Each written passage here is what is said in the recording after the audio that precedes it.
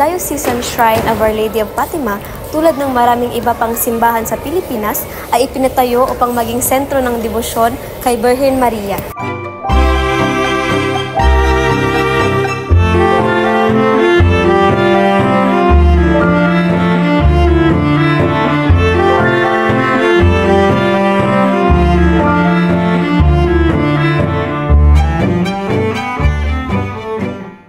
Ang pagpili kay Nuestra Señora de Fatima bilang patron ay sumasalamin sa matibay na debosyon ng maraming Pilipino kay Birhen Maria.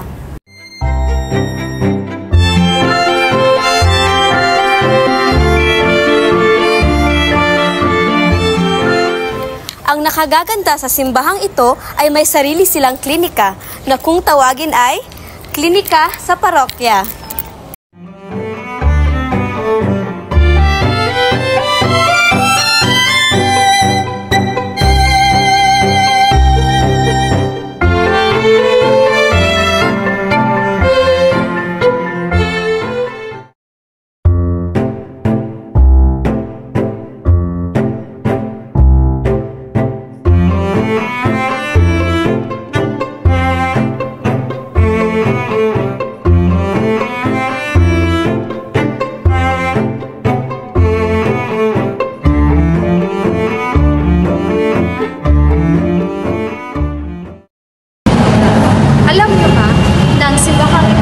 San Narciso Church ay tinayo noong 1871. Ito ay tinayo sa pamamagitan ng libreng paggawa ng mga relihiyosyong tao.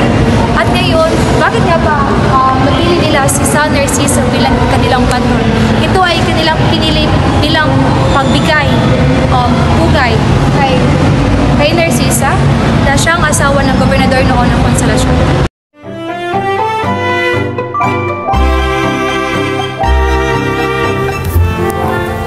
So, may to sir. So, Monique ay estudyante Mr. from Cebu Normal University. Then,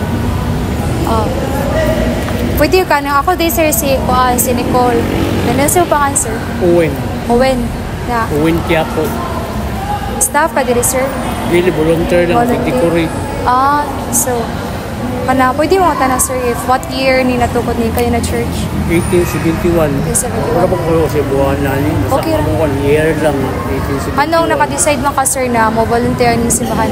Lugay naman ko diri. Kulites pa man, kulitas pa man ko niya. Anton na yung kulit diha. Pigad ko City Anyos pa ko diri. Anton na.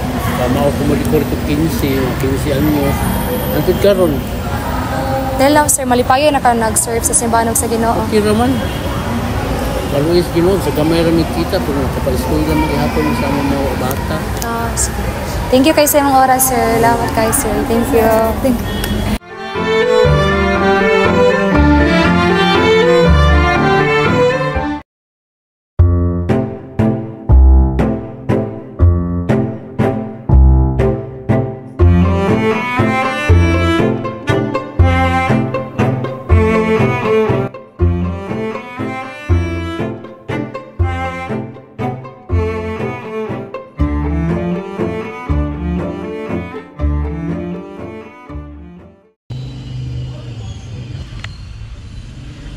1847, itinayo ang San Fernando Rey Parish sa ilalim ni Padre Vicente Doronel bilang kauna-unahang pare sa simbahan na ito.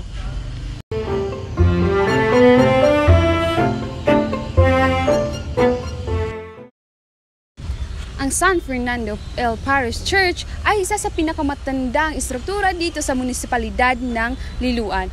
Ito ay naging atraksyon ng mga turista dahil sa kanyang kasaysayan at kagandahan nito. Like, usay rason nga nung, usay behind the story nga nung nagdalikod ni... Dili maihap ang pinakatuto, dahil ganun siya, gitog ko din simbahan, rahanin simbahan, 1485. Yan, ibutang din na San Fernando, 1485 na. Kaya katuwid. Yan, waka kayo hirap hapon, ang simbahan mo na. Yan, tanawa. Kung pakraan ito na simbahan. Miss, kuan na, nga nung mostly sa mga simbahan ba kayo, nag-atubang sa dagat, is nga nung Ganyan ito. ha? Oh, hindi rin siya rin nag-atubang. San Fernando ang tandao din yung Kalimuan. Nagatuban siya na rin doon sa Katakpan. Kasiglakan ko ang dito. Katakpan yan.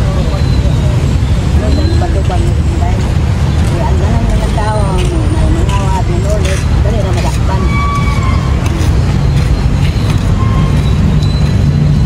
Salamat na.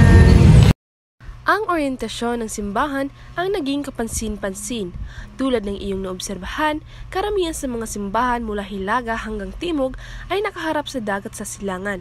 Ngunit ang San Fernando Rey Parish Church ay nakaharap sa mga bundok sa kanluran.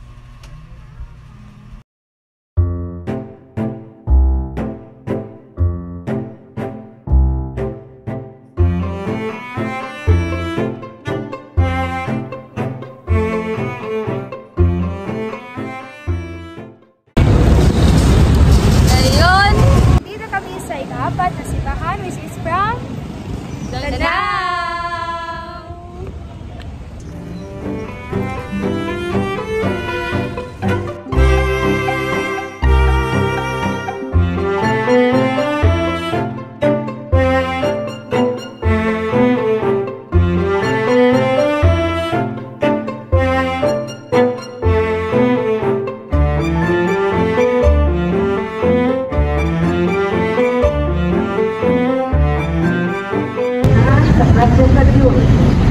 Ang simbahan ng Santo Tomas de Villanueva sa Danao, Cebu City ay isa sa pinakamatandang simbahan sa bansa. Itinatag o itinayo ito noong 1755.